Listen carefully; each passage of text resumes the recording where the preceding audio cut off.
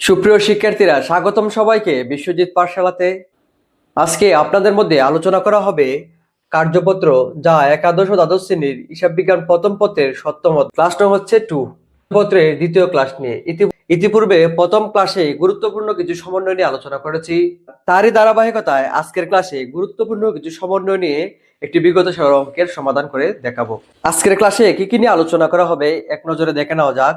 Class পরিকল্পনা। প্রথমে আমরা একটি বিগত সালের অঙ্কের সম্পূর্ণ সমাধান করব, কিন্তু বিগত সালের অঙ্কের সম্পূর্ণ সমাধান করার পূর্বে সমন্বয় দাখিলার সহজ সমাধান দেখব। তারপর উক্ত ক্লাসে যা আলোচনা করা হবে তার পরিপ্রেক্ষিতে এমসিকিউ আলোচনা করা হবে। প্রথম দিকে আমাদের কুমিল্লা বোর্ড 2024 সালের একটি অঙ্ক দেওয়া আছে। এই অঙ্কের মধ্যে কিছু সমন্বয় দেওয়া আছে। করণীয় বিষয়গুলোর মধ্যে গুরুত্বপূর্ণ বিষয় হচ্ছে যে আমাদের সমন্বয় জাবেদা এবং 10 কলাম বিশিষ্ট কার্যপত্র প্রস্তুত করো। কার্যপত্রের সবচেয়ে মূল বিষয় হচ্ছে সমন্বয় জাবেদা। কার্যপত্র অতি সহজে সমাধান করতে গেলে যে বিষয়টি আমাদের মনোযোগ সহকারে বুঝতে হবে সেটি হচ্ছে এই যে আমাদের সমন্বয় জাবেদা যে যত ভালোভাবে বুঝতে পারবে কার্যপত্র তার জন্য অতি সহজ হবে। তাহলে প্রথম দিকে আমরা সমন্বয় জাবেদা সম্পর্কে বিস্তারিত ধারণা লাভ করব এবং তারপর আমরা উক্ত অঙ্কের সমাধান করে দেখাবো। সমন্বয় জাবেদার প্রথম ধাপটি হচ্ছে অগ্রিম ব্যয় বা খরচ, সেটি আমাদের চলতি সম্পদ। প্রথম ক্লাসে আমরা উক্ত বিষয়টি নিয়ে বিস্তারিত ধারণা লাভ করেছি। এখন আমরা সংক্ষিপ্তভাবে বিষয়টি দেখে নেব। বেতন প্রদান, সেটি হচ্ছে আমাদের কি ব্যয় হিসাব। ব্যয়ের সাথে সমন্বয় অগ্রিম কথাটি যুক্ত হওয়ার পরিপ্রেক্ষিতে আমাদের এই যে অগ্রিম বেতন প্রদান, এই সম্পূর্ণ হিসাবটি হবে সমন্বয় হিসাব এবং বেতন প্রদান সেটি হচ্ছে আমাদের মূল হিসাব। নোটটি হচ্ছে যদি কোনো খরচ অগ্রিম থাকে সেক্ষেত্রে জাবেদা হবে সমন্বয় হিসাব ডেবিট এবং মূল হিসাব ক্রেডিট। অর্থাৎ সমন্বয় হিসাব মানে কি প্রিয় শিক্ষার্থীরা?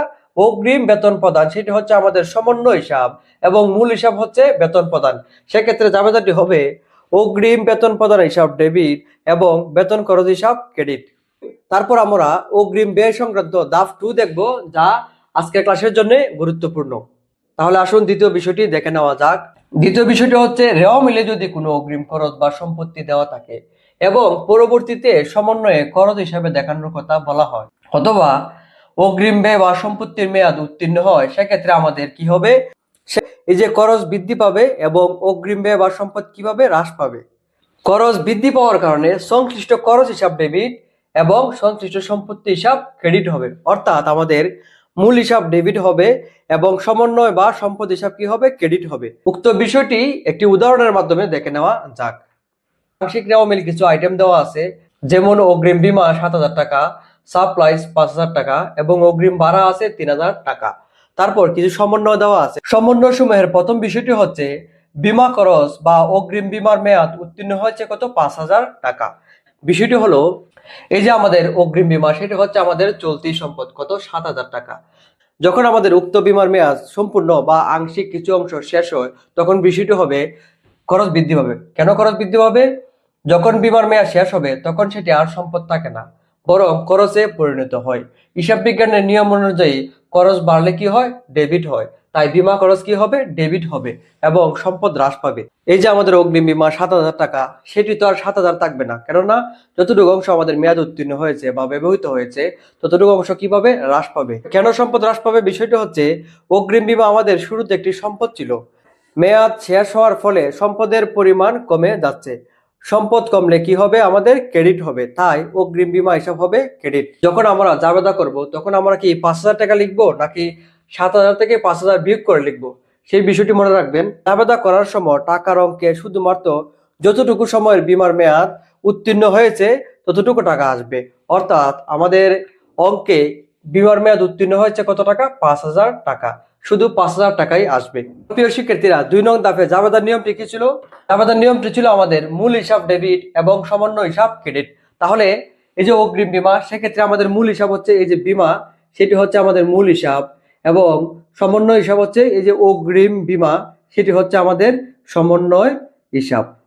তাহলে জাবেদা হবে মূল হিসাব ডেবিট অর্থাৎ বীমা খরচ হিসাব ডেবিট এবং সমন্বয় হিসাব ক্রেডিট অর্থাৎ অগ্রিম বীমা হিসাব ক্রেডিট। কত? 5,000 টাকা। 5,000 টাকা। তারপর প্রিয় শিক্ষার্থীরা, দ্বিতীয় সমন্বয়টি হলো বছর শেষে সাপ্লাইজ খরচ হলো 3000 টাকা। এই যে সাপ্লাই সম্পদ সেটি আছে 5000 টাকা, সেটি কি হয়েছে, ব্যবহার হয়েছে বা খরচ হয়েছে। তখন আমাদের কিভাবে খরচ বৃদ্ধি পাবে এবং সম্পদ হ্রাস পাবে। খরচ বৃদ্ধি পাওয়ার কারণে খরচ হিসাব ডেবিট, এই যে ব্যয় হিসাব ডেবিট, এবং সম্পদ হ্রাস পাওয়ার কারণে সম্পদ হিসাব কি হবে, ক্রেডিট।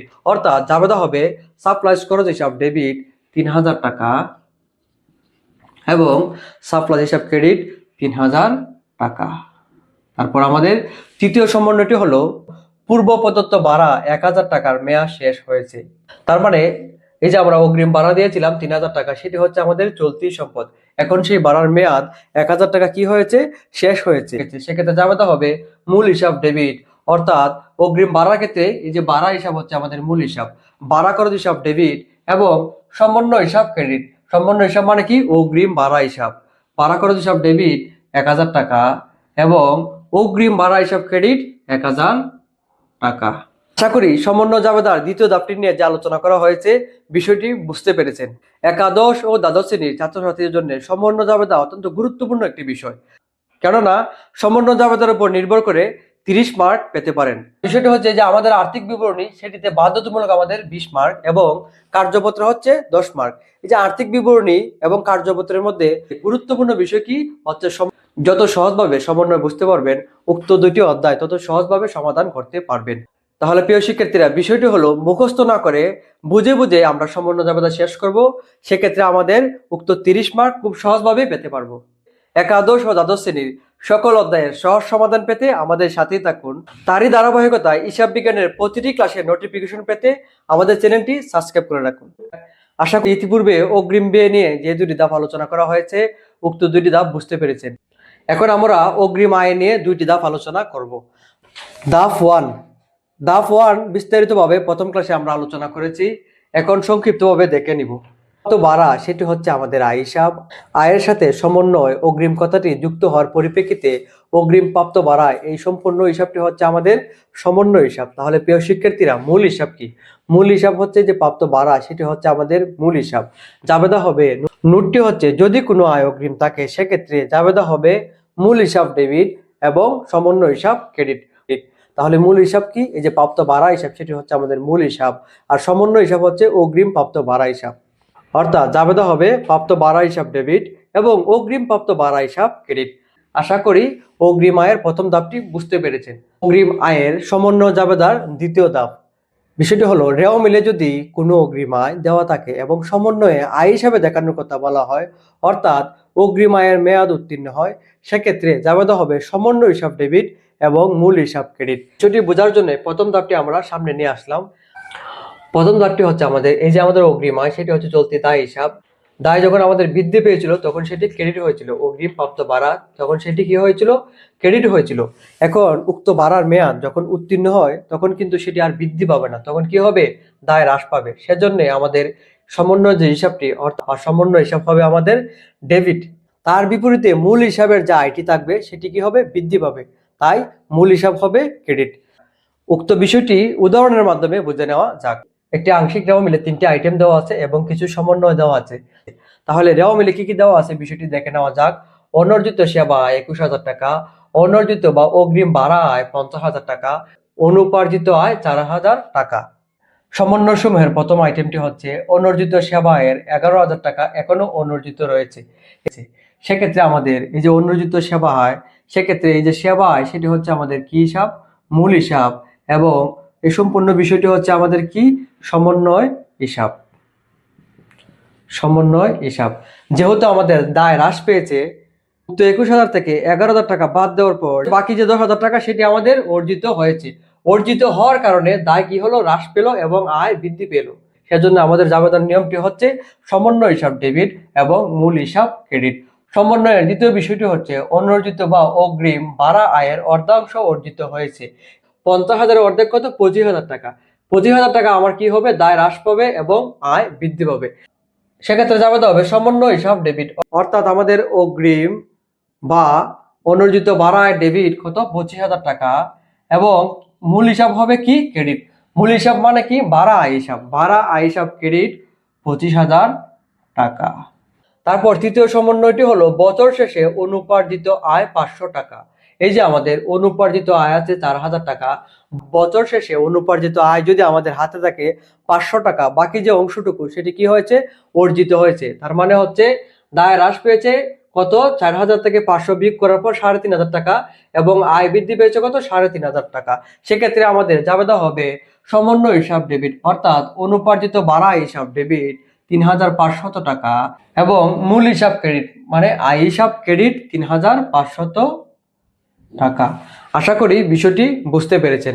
তাহলে প্রিয় শিক্ষার্থীরা, আজকের মূল আলোচনা কি ছিল? আজকের মূল আলোচনা ছিল কুমিল্লা বোর্ড 2024 সালে কার্যপত্র নিয়ে আসা অঙ্কটির সমাধান করে দেখানো। ইতিপূর্বে সমন্বয় জাবেদা নিয়ে যে আলোচনা করা হয়েছে, উক্ত আলোচনার আলোকে সমন্বয় সমূহ সমাধান করা যাক। সমন্বয়ের প্রথম দিকে দেওয়া আছে ডিসেম্বর 31 তারিখে অগ্রিম বীমার পরিমাণ দেওয়া আছে কত, 12,000 টাকা। রেওয়া মিলে অগ্রিম বীমা আছে 20,000 টাকা। এক্ষেত্রে অগ্রিম বীমা হ্রাস পেয়ে হয়েছে কত, 12,000 টাকা। তাহলে বাকি 8,000 টাকা কি হলো প্রিয় শিক্ষার্থীরা? বাকি 8,000 টাকা হলো আমার অগ্রিম বীমার মেয়াদ উত্তীর্ণের ক্ষেত্রে আমাদের জাবেদাটি হবে এই যে মূল হিসাব ডেবিট, কারণ খরচ বৃদ্ধি পাবে, এবং সমন্বয় হিসাব ক্রেডিট। অগ্রিম বীমা সেটা হচ্ছে আমার চলতি সম্পদ, হাতে ছিল 20,000 টাকা, 20,000 টাকা, এখন আমার হাতে আছে কত, 12,000 টাকা। তার মানে আমি খরচ করেছি কত, এই যে 8,000 টাকা। তাহলে প্রিয় শিক্ষার্থীরা, খরচ কত হলো আমার, 8,000 টাকা। আর সেক্ষেত্রে জাবেদা হবে মূল হিসাব ডেবিট, অর্থাৎ বীমা খরচ হিসাব ডেবিট, এবং সমন্বয় হিসাব মানে কি, অগ্রিম বীমা হিসাব ক্রেডিট। কত টাকা, 8,000 টাকা, 8,000 টাকা। তার সমন্বয় জাবেদার দ্বিতীয়টি হলো অনুপার্জিত সেবা আয়ের 16,000 টাকা অর্জিত হয়েছে। এর মানে কি, 16,000 টাকা আয় হয়েছে। এই যে রেও মিলে দেওয়া আছে অনুপার্জিত সেবা আয় কত, 31,000 টাকা। সেটি হচ্ছে আমার চলতি দায় হিসাব। চলতি দায় 31,000 টাকার মধ্যে 16,000 টাকা অর্জিত হয়েছে, মানে কি আয় হিসাবে দেখাতে হবে। সেক্ষেত্রে আমাদের কি হবে, দায় হ্রাস পাবে এবং আয় বৃদ্ধি পাবে। সেক্ষেত্রে জাবেদাটি হবে সমন্বয় হিসাব ডেবিট এবং মূল হিসাব ক্রেডিট। অনুপার্জিত সেবা আয় ডেবিট 16,000 টাকা, এবং সেবায় ক্রেডিট কত, 16,000 টাকা। তারপর প্রিয় শিক্ষার্থীরা, সমন্বয় জাবেদার তৃতীয়টি হলো অফিস সাপ্লাস ব্যবহৃত হয়েছে 5,000 টাকা। মানে অফিস সাপ্লাস আমাদের সম্পদ দেওয়া আছে 10,000 টাকা, তার মধ্যে ব্যবহার হয়েছে কত, 5,000 টাকা। জাবেদাটি হচ্ছে ব্যয় হিসাব ডেবিট এবং সম্পদ হিসাব ক্রেডিট। সাপ্লাস খরচ হিসাব ডেবিট 5,000 টাকা, এবং সাপ্লাই হিসাব ক্রেডিট 5,000 টাকা। তারপর প্রিয় শিক্ষার্থীরা, সমন্বয় জাবেদার চতুর্থটি হলো ভূমি ও দালানকোটের উপর 10% অবচয় ধরতে হবে।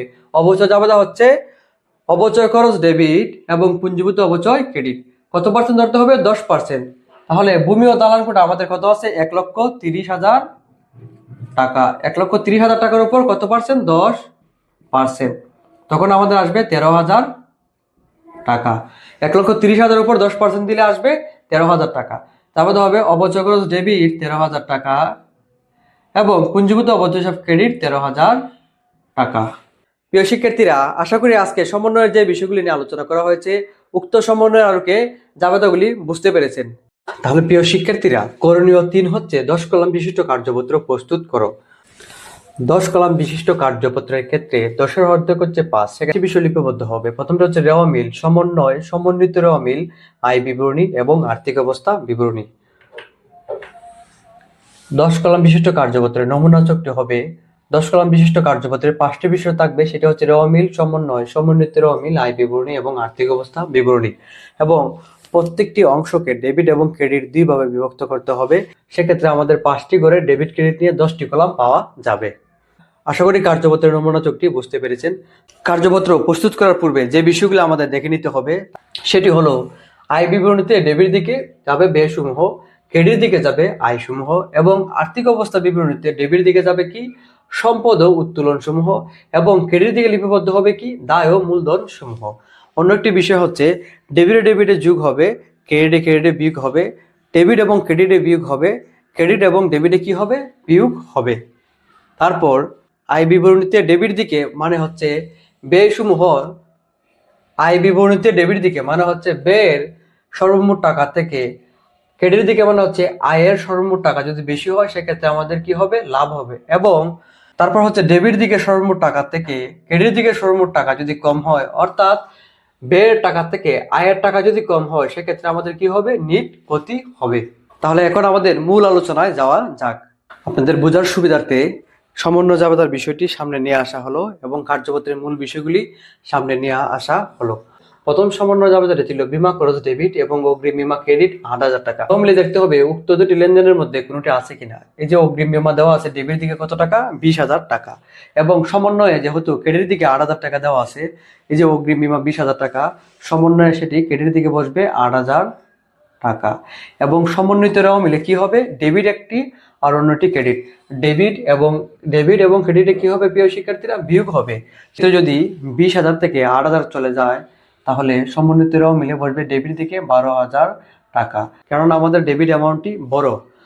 তারপর অগ্রিম বিমা, সেটি হচ্ছে আমাদের চলতি সম্পদ। সম্পদ আর্থিক অবস্থা বিবরণী কি হবে, ডেবিট দিকে লিপিবদ্ধ করতে হবে। তাই উক্ত 12,000 টাকা আমরা নিয়ে যাব আর্থিক অবস্থা বিবরণীর ডেবিট দিকে। তারপর প্রিয় শিক্ষার্থীরা, শুধু অগ্রিম বিমার কাজটি করা হলো। এই যে বিমা খরচ, যেহেতু বিমা খরচ রেওয়া মিলে নেই, সেজন্য রেওয়া মিলের মোট হিসাবের পর আমরা বিমা খরচ নামে একটি নতুন হিসাব খুলবো। তারপর বিমা খরচ ডেবিট, সমন্বয়ে ডেবিট দিকে লিখবো 8,000 টাকা, এবং উক্ত হিসাবটি সমন্বিত রেওয়া মিলে ডেবিট দিকে লিখবো 8,000 টাকা। যেহেতু বিমা খরচ এটি একটি ব্যয় হিসাব, ব্যয় হিসাব কোন দিকে লিপিবদ্ধ হবে, আয় বিবরণীতে ডেবিট দিকে ব্যয় হিসাব সমূহ লিপিবদ্ধ হবে। এই যে আয় বিবরণীর ডেবিট দিকে লিখবেন 8,000 টাকা। তারপর সমন্বয় জাবেদা দ্বিতীয়টি দেখব। সমন্বয় জাবেদা দ্বিতীয়টি হচ্ছে অনুপার্জিত সেবা 16,000 টাকা এবং সেবা হিসাব 16,000 টাকা। প্রথম দিকে দেখতে হবে উক্ত দুটি লেনদেনের মধ্যে রেওয়া মিলে কোন লেনদেনটি দেওয়া আছে। এই যে অনুপার্জিত সেবায় ক্রেডিট দিকে আছে আমাদের কত, 31,000 টাকা টাকা, এবং সমন্বিত রেওয়া মিলে ডেবিট দিকে আছে কত, 16,000 টাকা। সেক্ষেত্রে আমরা অনুপার্জিত সেবায় সমন্বয়ে কি লিখবো, ডেবিট দিকে লিখবো কত, 16,000 টাকা। রেওয়া মিলের হিসাবটি হলো ক্রেডিট ব্যালেন্স এবং সমন্বয়ের হিসাবটি হলো ডেবিট ব্যালেন্স। আমাদের বড় কোনটি, ক্রেডিট ব্যালেন্স। কি হবে, ক্রেডিটে এবং ডেবিটে কি হবে, আমাদের বিয়োগ করতে হবে। বিয়োগ করে যে ব্যালেন্সটি পাওয়া যাবে সেটি ক্রেডিট ব্যালেন্স হবে, কেননা আমাদের ক্রেডিট ব্যালেন্সটি বড়। সমন্বিত রেওয়া মিলে লিখবো 15,000 টাকা ক্রেডিট দিকে। যেহেতু প্রিয় শিক্ষার্থীরা অনুপার্জিত সেবায় সেটি একটি দায় হিসাব, তাহলে দায় কোন দিকে লিপিবদ্ধ হবে, আর্থিক অবস্থা বিবরণী ক্রেডিট দিকে দায় লিপিবদ্ধ হবে 15,000 টাকা, 15,000 টাকা। তারপর উক্ত সমন্বয়ের একটি লেনদেন গেল অনুপার্জিত সেবায়, দ্বিতীয়টি হচ্ছে সেবায়। রেওয়া মিলে দেখতে হবে সেবা আয় নামে কোনো হিসাব আছে কিনা। এই যে আমাদের সেবা আয় ক্রেডিট দিকে আছে 1,33,000 টাকা, সেক্ষেত্রে উক্ত হিসাবটিও ক্রেডিট। তাহলে সমন্বয়ের ক্রেডিট দিকে লিখবো সেবা আয়ের দিকে, সমন্বয়ের ক্রেডিট দিকে লিখবো আমরা 16,000 টাকা। তারপর কার্যপত্রের নিয়ম অনুযায়ী ক্রেডিটে ক্রেডিট কি হবে, যোগ করতে হবে। এই যে 1,33,000 টাকা এবং 16,000 টাকা যোগ করার পর যে ব্যালেন্সটি আসবে সেটি হচ্ছে আমাদের ক্রেডিট ব্যালেন্স। ক্রেডিট দিকে লিখবো 1,49,000 টাকা। যেহেতু প্রিয় শিক্ষার্থীরা সেবা আয় একটি আয় বিবরণীতে ক্রেডিট দিকে লিপিবদ্ধ করতে হবে।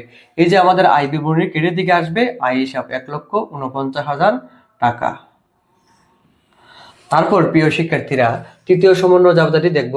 তৃতীয় সমন্বয় জাবেদাটি হচ্ছে সাপ্লাইজ খরচ হিসাব ডেবিট এবং অফিস সাপ্লাই হিসাব ক্রেডিট 5,000 টাকা। উক্ত দুটি লেনদেনের মধ্যে প্রথমটি দেখব সাপ্লাইজ খরচ রেওয়া মিলে দেওয়া আছে কিনা। তাহলে দেখলাম রেওয়া মিলে সাপ্লাইজ খরচ নামে কোনো হিসাব নেই, সেজন্য আমাদের রেওয়া মিলের হিসাবের নিচে সাপ্লাইজ খরচ নামে একটি নতুন হিসাব সৃষ্টি করতে হবে। কত টাকা, 5,000 টাকা। সাপ্লাইজ খরচ যেহেতু ডেবিট, সেটি সমন্বয়ে ডেবিট দিকে বসবে 5,000 টাকা এবং সমন্বিত রেওয়া মিলে ডেবিট দিকে বসবে 5,000 টাকা। যেহেতু সাপ্লাইজ একটি খরচ হিসাব, সেক্ষেত্রে আয় বিবরণীতে ডেবিট দিকে লিপিবদ্ধ করতে হবে। আয় বিবরণী ডেবিট দিকে লিখবো 5,000 টাকা। তারপর উক্ত সমন্বয়ের অফিস সাপ্লাইজ 5,000 টাকা, সেটি রেওয়া মিলে দেওয়া আছে। এই যে অফিস সাপ্লাইজ ডেবিট দিকে দেওয়া আছে 10,000 টাকা। অফিস সাপ্লাইজ 10,000 টাকার বরাবর আমরা সমন্বয়ে কি লিখবো, 5,000 টাকা। ডেবিট ক্রেডিট বিয়োগ করার পর যেহেতু ডেবিট ব্যালেন্সটি বড়, সেক্ষেত্রে সমন্বিত রেওয়া মিলে ডেবিট ব্যালেন্স হবে 5,000 টাকা। অফিস সাপ্লাই সেটি আমাদের কি হিসাব, সম্পদ হিসাব। আর সম্পদ আর্থিক অবস্থা বিবরণী ডেবিট দিকে লিপিবদ্ধ করতে হবে। উক্ত লেনদেনটি চলে যাবে আর্থিক অবস্থা বিবরণী ডেবিট দিকে।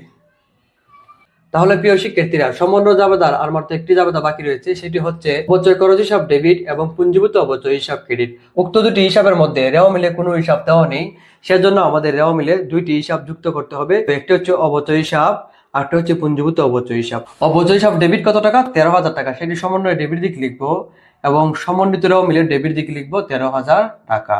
যেহেতু অবচয় খরচ একটি ব্যয় হিসাব, সেক্ষেত্রে আমাদের লিপিবদ্ধ হবে কোথায়, আয় বিবরণীর ডেবিট দিকে ব্যয় সমূহ লিপিবদ্ধ করতে হবে।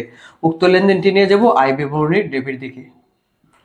তারপর পুঞ্জীভূত অবচয়। প্রিয় শিক্ষার্থীরা, ইতিপূর্বে আমরা পুঞ্জীভূত অবচয় কোথায় লিপিবদ্ধ করতে হবে বিষয়টি আলোচনা করেছি। পুঞ্জীভূত অবচয় আমাদের আর্থিক অবস্থা বিবরণী ক্রেডিট দিকে লিপিবদ্ধ করতে হবে। সেটি সমন্বয়ে লিখবো 13,000 টাকা ক্রেডিট দিকে এবং সমন্বিতরাও মিলে লিখবো 13,000 টাকা ক্রেডিট দিকে। আর্থিক অবস্থা বিবরণী ক্রেডিট দিকে লিপিবদ্ধ করতে হবে 13,000 টাকা। তারপর প্রিয় শিক্ষার্থীরা, এখন আমাদের কি করতে হবে, উক্ত রেওয়া মিলের সাথে সমন্বয় জাবেদার যে বিষয়গুলি সমন্বয় করা হয়েছে এবং যে বিষয়গুলি বাকি রয়ে গেছে উক্ত বিষয়গুলি নিয়ে কাজ করতে হবে। প্রাপ্য হিসাব 25,000 টাকা, সেটি হচ্ছে চলতি সম্পদ হিসাব।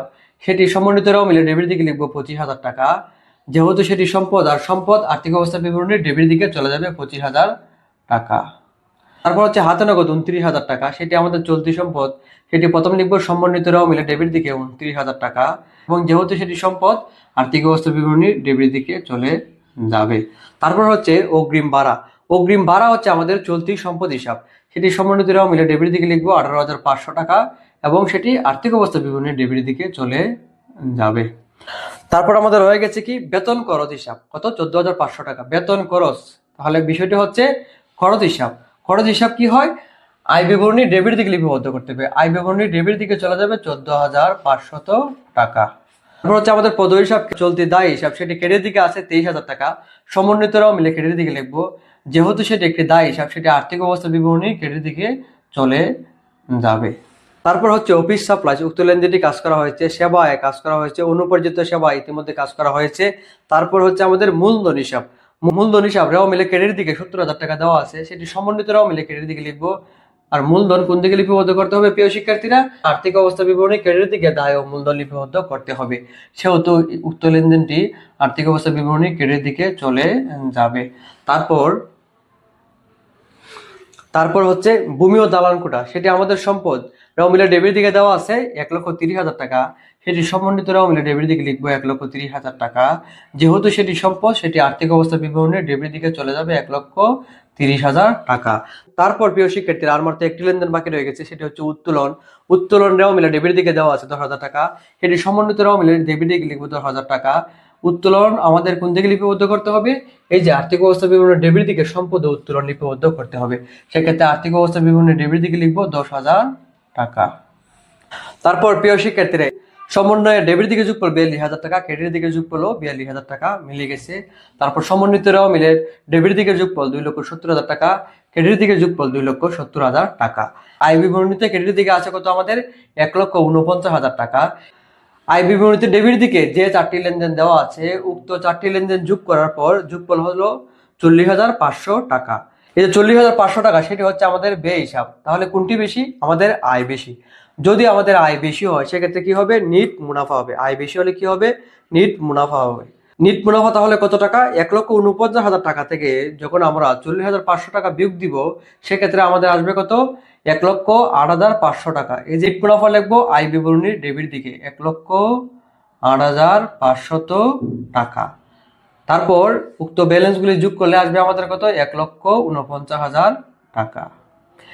তারপর বিষয়টা হচ্ছে আয় বিবরণীর ডেবিট দিকে যে নিট লাভটা লিপিবদ্ধ করা হয়েছে উক্ত লাভ আর্থিক অবস্থা বিবরণীর ক্রেডিট দিকে চলে যাবে 1,08,500 টাকা।